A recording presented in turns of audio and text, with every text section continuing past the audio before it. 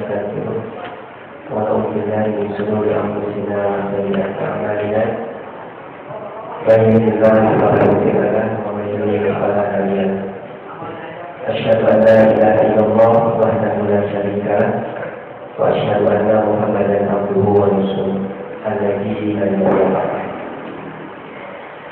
Ikhwati rahimahullah, alhamdulillah tiba kita pada pertemuan kedua terutama untuk tema Islamic Worldview. Insyaallah tema yang akan dibahas pada pagi hari ini seperti yang telah tertulis dalam makalah yang disusun oleh narasumber, insyaallah berbicara tentang Islam. Islam sebagai agama sudah sangat jelas, sejak abad yang lalu bagaimana Allah Subhanahu Wa Taala mengutus memperkuat ajaran tauhid ini dengan mengutus Muhammad SAW. Tapi kemudian dengan berjalannya waktu masih ada saja usaha-usaha, upaya-upaya untuk memadamkan, untuk bahkan lebih jauh dari itu untuk menghancurkan dimensi-dimensi ilahi yang terdapat dalam Islam. Berbagai macam upaya yang dilakukan, terutama yang digagas oleh orang-orang liberal, bagaimana upaya mereka mereduksi Islam, bahkan menafikan nilai-nilai ilahi Islam dengan berbagai pendekatan bahasa, berbagai macam cara mereka lakukan. Oleh karena itu perlu kita kembali melihat bagaimana argumentasi ilmiah yang mereka lakukan, yang mereka sampaikan, dan kemudian kita pun harusnya menjawab posisi sesungguhnya Islam itu ketika ditimbang dengan argumentasi mereka. Baik, bagaimana Rasulullah tidak akan berpanjang-panjang, mungkin saya memberikan pengantar. Insyaallah yang akan memberikan paparan tentang agama yang benar hanya Islam, sudah tertulis dalam makalah, akan disampaikan oleh Ustaz Ya Anwar Bahtiar. Untuk memperhatikan waktu, langsung saja kita dengarkan paparan beliau. Kami persilakan. Alhamdulillah, nahmaduhu wa nasta'inuhu wa nastaghfiruh wa na'udzu billahi min shururi anfusina wa min sayyi'ati a'malina. May yahdihillahu fala mudilla lahu wa may yudlil fala hadiya lahu. Asyhadu an la ilaha illallah wahdahu la syarika lahu wa asyhadu anna Muhammadan 'abduhu wa rasuluh alladzi la nabiyya wa la rasula ba'dahu, amma ba'd.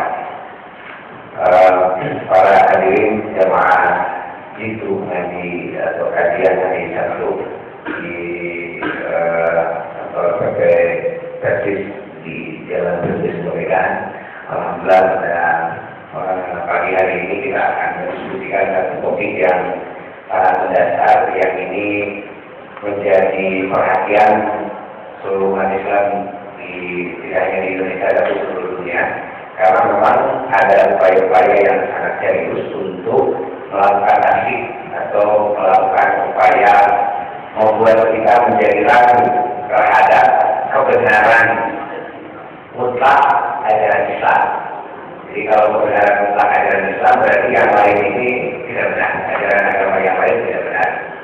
Apabila kalangan-kalangan non-muslim, orang-orang Yahudi Nasrani sebelumnya mencoba untuk membongkar kepercayaan terhadap kebenaran Islam itu dengan mengatakan bahwa Islam ini kafir, sesat dan sebagainya, itu zaman dulu. Nah, ternyata itu tidak berpengaruh terhadap kepercayaan dan keyakinan umat Islam. Umat Islam ketika dihantam gitu ya, sebagai sejak zaman Nabi gitu ya, ketika Nabi Muhammad SAW berhadapan dengan orang-orang Quraisy, orang-orang Quraisy ini kan menganggap apa yang dibawa oleh Nabi ini asal dilul awalin, hanya cerita-cerita orang-orang terdahulu saja. Bahkan Nabi ini kan dianggap sebagai orang gila, sebagai orang yang suka mengada-ada dan sebagainya. Itu sudah biasa, tetapi menghadapi tantangan yang sangat jelas gitu, yang hitam putih begitu, umat Islam itu bukan semakin ragu terhadap ajaran agama, tapi itu semakin kokoh memegang ajaran agama. Nah, upaya-upaya belakangan dalam rangka memisahkan atau dalam rangka mengurangi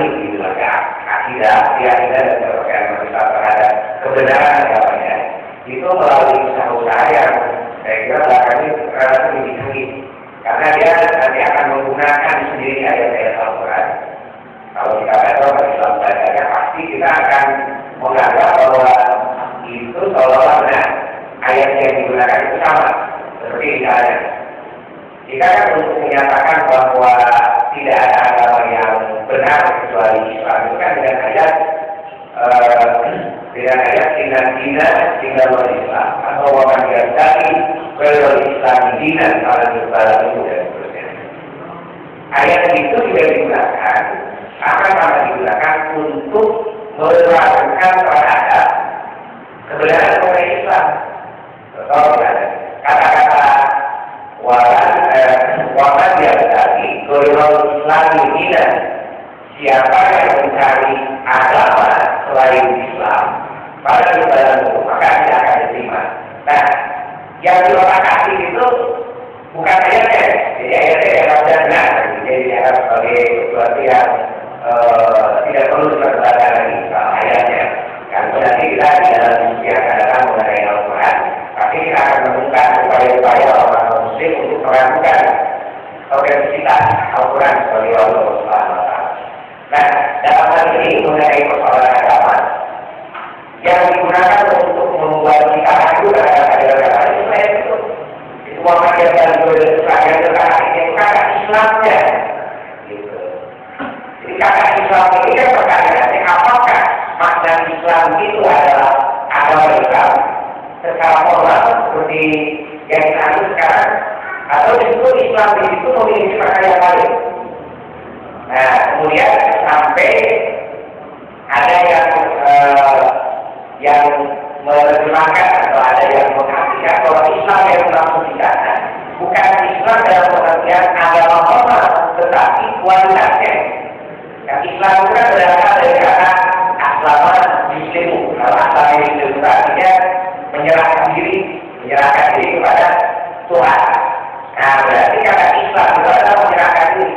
Kalau begitu, agama yang benar, gitu ya. Agama yang benar, maka yang tadi berilah Islam dina. Siapa yang mencari selain al-Islam sebagai agama? Artinya kalau ini mencari agama yang benar, ya Islam. Islam itu apa? Berserah diri kepada Tuhan. Nah, jadi siapa saja yang sudah menyerahkan dirinya kepada Tuhan, siapa yang sudah pasrah untuk diatur oleh Tuhan, yang sudah berangkat Islam sebagaimana ada di dalam ayat itu. Nah, kan? Aku yang berangkat itu kan bisa berkata.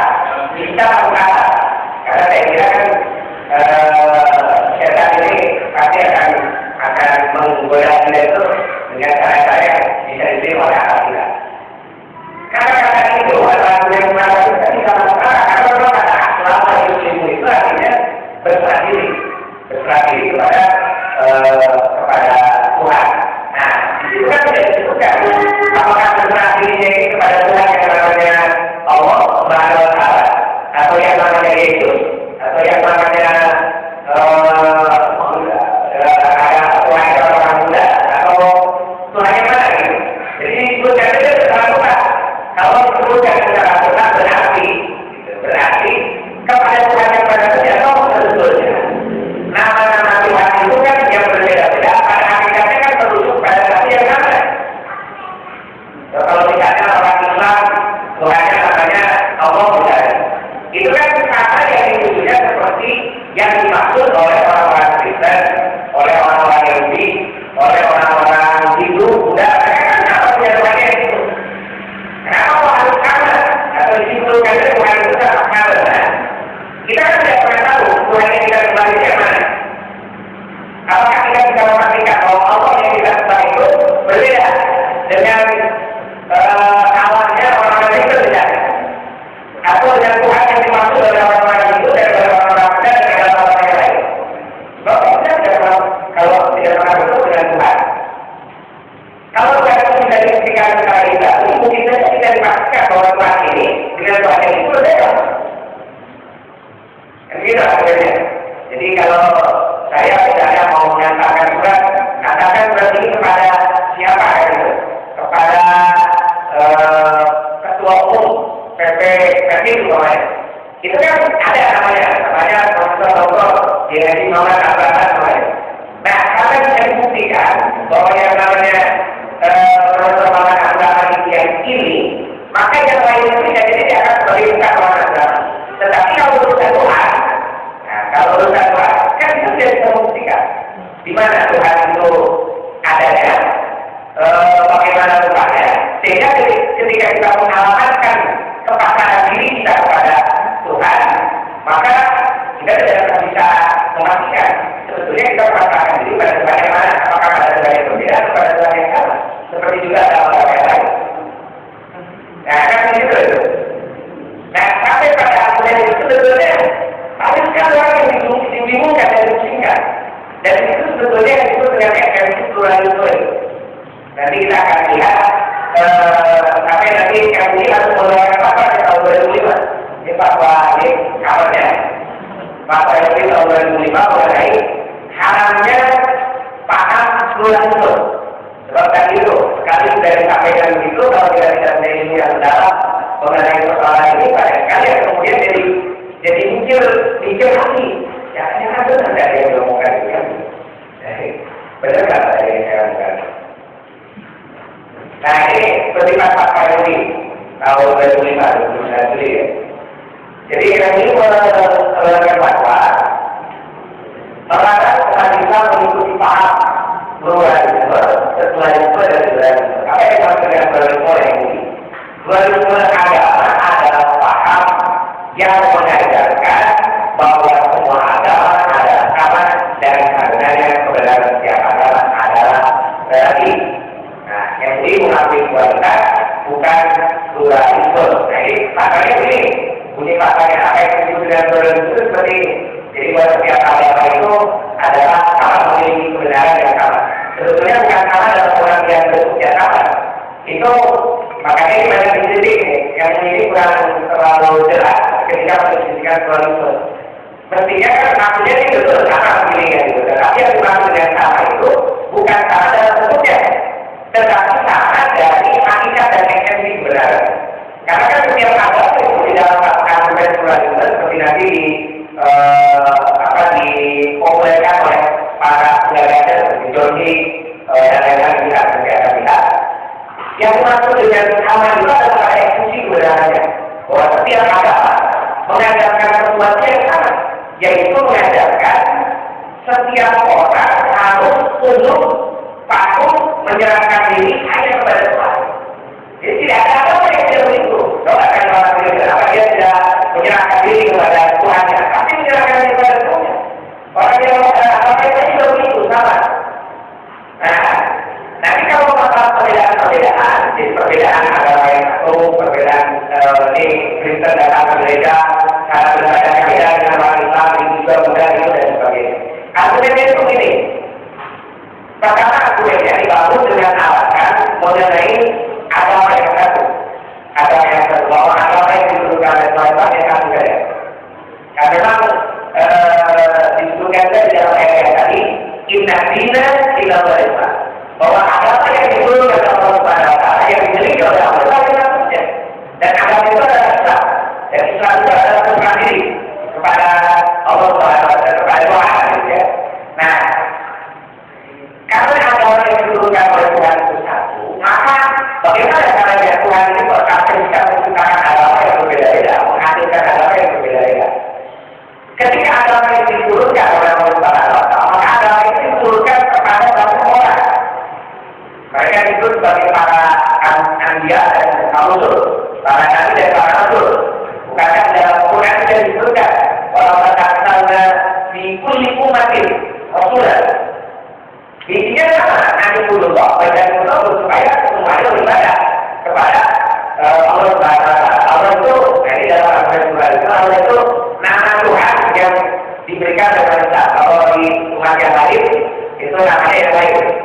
Bahkan di dalam tulisan seperti di tulisan dalam di sini atau misalnya di buku fikih tentang agama ini, yang disebut dengan Allah itu bukan komponen atau bukan bukan nama itu nama itu dalam hal ini namanya komponen. Jadi itu izin apa? Izin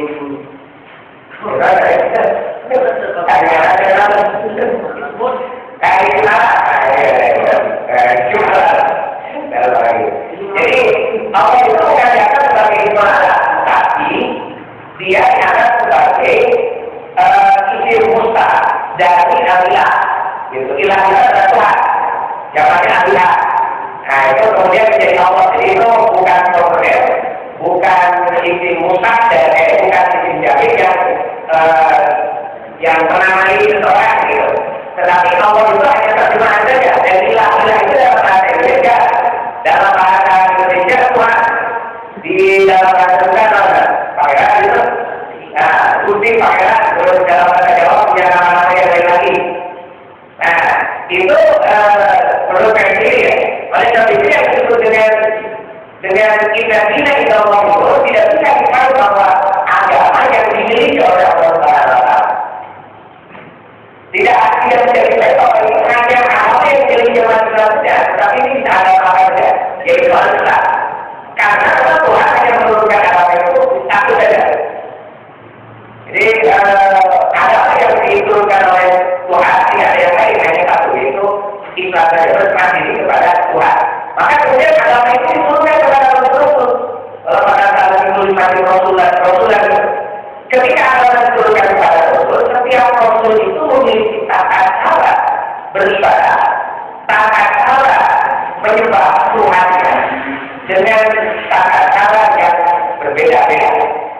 Kan gitu, kita juga di dalam ajaran Islam yang kita dapatkan, yang kita terima di sekolah-sekolah, kepada kan begitu. Jadi syariat-syariat yang dibawa oleh para nabi, para rasul sebelum Nabi Muhammad SAW itu berbeda dengan syariat yang diajarkan kepada Nabi Muhammad. Makanya di situ ada syariat dan adat yang berbeda. Setiap nabi itu memiliki syariat syariat adat dan makna-makna yang berbeda di dalam kata-katanya. Nah makanya nanti Rasul ini ketika dia mengajarkan nabi kepada umatnya masing-masing, akhirnya caranya berbeda-beda. Makanya agamanya berbeda-beda. Caranya itu ada yang saja seperti orang Kristen, ada yang saja seperti orang Yahudi, ada yang saja seperti orang Hindu, orang Buddha dan sebagainya. Tetapi esensinya semua sama, yaitu bahwa semuanya Islam itu berserah diri kepada Tuhan. Cuma caranya ada yang seperti orang Kristen, orang Yahudi, orang Buddha dan sebagainya. Nah itu yang disebut dengan sama. Jadi sama itu bukan kesalahan, bukan praktek yang sama, tetapi sama itu pada esensinya. Itu esensinya dia memiliki kebenaran yang sama. Nah sampai di situ mungkin ada banyak di antara kita yang menerima argumentasi dan membenarkan argumentasi semacam itu. Dan itu memang terbukti di kita ini banyak sekali pendukung yang pendukung paham seperti ini. Sebab, kenapa muncul dualisme gitu ya? Munculnya dualisme ini kan sebetulnya dia semacam pemikiran baru untuk menciptakan hubungan antara agama yang berharmonis dan demokrasi, atau pemikiran yang lebih maju lah, yang lebih maju dari dia akan lebih maju daripada hanya sekedar toleransi. Jadi kalau toleransi itu ini, kita tidak menerima kebenaran agama yang lain, atau tidak menerima kebenaran orang lain, tetapi kita terpaksa mengizinkan mereka melakukan itu karena kita merasa secara sosial itu berdampingan. Itu kan namanya toleransi. Jadi toleransi itu perlu dengan kemampuan. Toleransi itu perlu dengan ketidakikhlasan, kira-kira begitu. Toleransi itu perlu dengan potensi konflik yang disimpan di dalam rasa benci masing-masing orang yang berasal pada agama yang lain, atau dari satu kelompok pada kelompok yang lain. Makanya toleransi ini adalah apa perlu berubah. Kalau begitu pemikiran kita adalah toleransi. Kita harus cari sesuatu yang lebih fundamental untuk menciptakan kerukunan antara agama, untuk menciptakan hidup saling berdampingan yang sehat antara satu agama dengan agama yang lain. Nah, maka dicarilah pemikiran tentang pluralisme tadi itu. Nah, jadi pluralisme ini nanti menganggap bahwa sebetulnya agama secara moral tidak penting. Tidak penting mau Kristen, mau Islam, mau sholat, mau datang ke gereja, kebaktian, mau ke sinagog, mau datang ke wihara, mau ke mana saja itu tidak penting.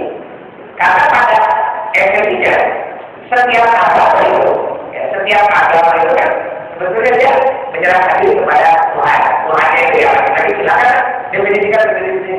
Kalau sudah mengakui kebenaran esensial dari setiap agama, maka setiap orang akan bisa hidup berdampingan dengan sehat dan tanpa panggung. Karena ketika kita berdampingan dengan orang Kristen, saya Islam, dia Kristen. Saya ini sebagai Muslim merasa bahwa dengan cara saya dengan ibadah besar, dalam ibadah saya yang sama. Saya merasa bahwa ketika orang Kristen itu dia melakukan peribadatan sesuai dengan agamanya, ini mereka sedang beribadah kepada Tuhan juga. Nah, jadi jangan salah benar. Karena di alam tertentunya kita bisa berdampingan itu tanpa rasa benci, tanpa saling saling mengkafirkan, saling ejek dan sebagainya. Makanya nanti sebagai turunan dari pemikiran semacam itu, sebagai turunan nanti ada tafsir-tafsir Al-Quran itu yang dibuat dengan paradigma pluralisme. Contoh misalnya ada satu disertasi itu di Jakarta ditulis oleh Abdul Muhsin Ghazali. Nah, itu Abdul Muhsin ini adalah Abdul Muhsin. Dia menulis disertasi tentang ayat-ayat yang ada kaitan dengan pluralisme agama. Nah, jadi ada ayat yang dia sebut sebagai ayat-ayat yang keras. Ayat yang keras itu adalah ayat-ayat yang berbicara mengenai istilah-istilah yang ada di dalam Al-Quran terhadap kelompok yang lain seperti istilah kafir, musyrik, munafik dan sebagainya. Nah, itu dianggap sebagai ayat-ayat yang keras. Kemudian ada yang disebut dengan ayat-ayat yang toleran. Nah, ayat-ayat yang toleran ini adalah ayat-ayat yang dianggap menganggap kelompok-kelompok lain ini sebagai bagian dari dari Islam, dari sepakat saudara agama. Seperti misalnya ayat-ayat tentang bagaimana ini yang paling populer itu innal ladzina hadu wa nasara wa qawmina man amana billahi wal yawmil akhir innal ladzina amanu wal ladzina hadu wa nasara wa qawmina man amana billahi wal yawmil akhir wa amila shalihan lahu ajrun inda rabbihim wa la khawfun 'alaihim wa la hum yahzanun. Itu dianggap sebagai ayat yang toleran. Innal ladzina amanu dunya orang beriman, dunya orang Islam. Wal ladzina hadu dan orang-orang Yahudi, wal nasara dan orang-orang Nasrani, wa qawmina dan orang-orang Quraisy. Man amana billah, siapa di antara mereka yang beriman pada Allah Subhanahu wa taala, seperti dalam terjemahannya bukan beriman pada Allah, tetapi beriman kepada Tuhan. Nah, ya Tuhan itu ya yang beda. Wa amila shalihan, ya berbuat baik kepada sesama manusia. Lalu itu bagi mereka mendapatkan pahala dari perbuatan itu, walau berhari walau yang jauh, dia tidak akan mendapatkan rasa takut dan juga rasa khawatir. Nah, oleh sebab itu berarti di dalam ayat itu semua adalah siapa kalau dia beriman pada Tuhan, artinya menjalankan agamanya secara taat. Di agamanya apa saja silakan dari Islam yang sampai semasalah. Wakil itu yang ada dia kalau itu maksudnya adalah menurut kami ini kalau kami ini disertasi dia belum ini orang yang disebut dengan panggilan solidaritasnya adalah dia melakukan kebaikan kepada sesama manusia atau dia memiliki sifat humanis. Nah, tapi nanti yang namanya humanisme, humanisme itu hampir menjadi kata-kata yang selalu menjadi kiasan dalam setiap argumentasi yang disampaikan oleh kelompok-kelompok liberal dan sebagainya. Jadi seolah kalau mereka ini adalah unity gitu loh. Kalau urusan soal Tuhan, ya silakan urusan radikal itu kan sudah disebutkan juga di Tuhan Alhamdulillah karena beriman pada Tuhan. Nah itu disebut sebagai yang toleran. Tapi nanti ketika ada yang disebutkan lapor kapal lagi lapor inna lapor lagi lapor inna lagi lapor yang berubah kan? Sungguh telah kafir orang yang mengatakan bahwa Maryam adalah anak orang Adam. Ayat yang seperti ini disebut sebagai ayat yang dari ayat yang praga. Nah, kemudian kita satu metode atau satu argumentasi untuk mengkompromikan ayat-ayat yang kelihatannya bertentangan. Jadi menurut disertasi ini nanti ada ayat-ayat yang toleran, ini adalah ayat yang ham. Ini ayat yang ham ini adalah prinsip dasar. Jadi prinsip dasarnya di sini. Sementara ayat yang keras merendahkan antara kafir dan Islam bukan Islam, kafir dan tidak kafir, muslim dan sebagainya, itu ada ayat-ayat yang sifatnya apa? Maka dia tidak boleh diberlakukan secara umum. Kalau ada ayat yang disebut kafir kepada orang-orang kepada orang-orang Yahudi dan kali misalnya, itu harus dilihat kekafirannya karena kafir apa. Jadi tidak semua orang Yahudi dan kali itu kafir, karena mereka ada orang Islam yang kafir juga. Ada orang Islam yang boleh bisa musik, ada orang Islam yang boleh bisa munafik dan sebagainya. Itu juga berlaku pada orang yang lain. Tetapi prinsip dasarnya malah itu sama. Itu dan harus diberlakukan secara tak. Kemudian itu ada metodologinya. Berarti di dalam sidang itu di kontroversi sampai 4-2-3 kali. Kontroversinya begini. Di kalangan profesor Biwin yang mendalami bidang tafsir dan mendalami bidang fikih terutama tafsir karena ini masalah tafsir. Itu tidak ada yang bisa menerima metodologi berpikir begitu. Karena kita akan katakan ada ulama yang metodologi model itu terpengaruh ini tidak ada satu ulama pun yang membuat metodologi penafsiran itu semacam itu. Tetapi ada kerja-kerja yang berada di situ ada yang mengujinya seperti pada Bali misalnya yang dia menulis mengenai sahabat, tulis kertasnya bisa bicara berbeda, itu meragukan mengenai ada sahabat keadilan sahabat. Ya, versinya keadilan. Tapi kalau kita baca kan menjadi tidak yakin lagi bahwa sahabat itu bisa dipercaya kalau mau berita dari Rasulullah SAW. Karena prinsip akal dan seluruh itu ditolak. Nah ini nanti benar-benar ada orang-orangnya, orangnya juga kan dia menolak keadilan para sahabat. Nah itu ada pada lagi misalnya ketika yang menguji, kemudian ada orang hidayah dan ada juga yang nah ketika menguji ini kan seluruh cara mengatakan bahwa ini metode yang bagus kan gitu. Jadi berhasil menemukan satu metode di dalam penafsiran Al-Quran yang sesuai dengan perkembangan. Jadi itu disebut sebagai perkembangan karena perkembangan pemahaman atau pemikiran pluralisme itu. Nah, jadi di luar saya nanti aku di luar saya ada dua orang yang profesor Sito berjalan di profesor Suito satu lagi profesor Harun. Nah dia karena dua orang ini mendalami bidang tinggi kemudian tafsir bahkan yang belajar tafsir itu hanya profesor Harun. Profesor Harun itu dalam bidang tersebut dia menyatakan penolakan tidak luluskan disertasi. Dia bilang bahwa disertasi ini tidak layak sebagai disertasi. Dia kemudian pakai itu nomor tidak ada ujian disertasi sampai kemudian ini dinyatakan bikin artikel. Panjang sekali ya, bikin artikel bersama dia tunjukkan. Dia tidak tunjukkan yang paling mudah, dia tunjukkan hal yang paling teknis dari peraturan kalau misalnya ketika membuat kutipan. Jadi kan untuk memperkuat metodologinya itu di mobil ini dia mengutip amanah, mengutip al-Qir, amanah ini ditulis oleh Rasidillah dan Muhammad Abdul. Kemudian ada Munir ini ditulis oleh Syekh Nawawi Al-Kani, itu ulama di Indonesia. Nah, diikuti itu, ditunjukkan perkara-perkara. Saudara Syekh ini dia akan mengutip sepotong saja dari ungkapan buku-buku yang dia tulis itu. Di amanah itu juga ini amanah akhirnya begini, ini kutipan saudara Muslim. Ini Al-Munir yang Nawawi Al-Kani, ini kutipan saudara Muslim.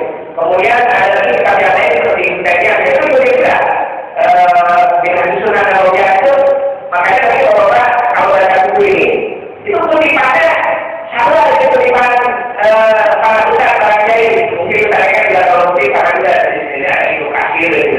Kayak dengan susunan Nawawi yang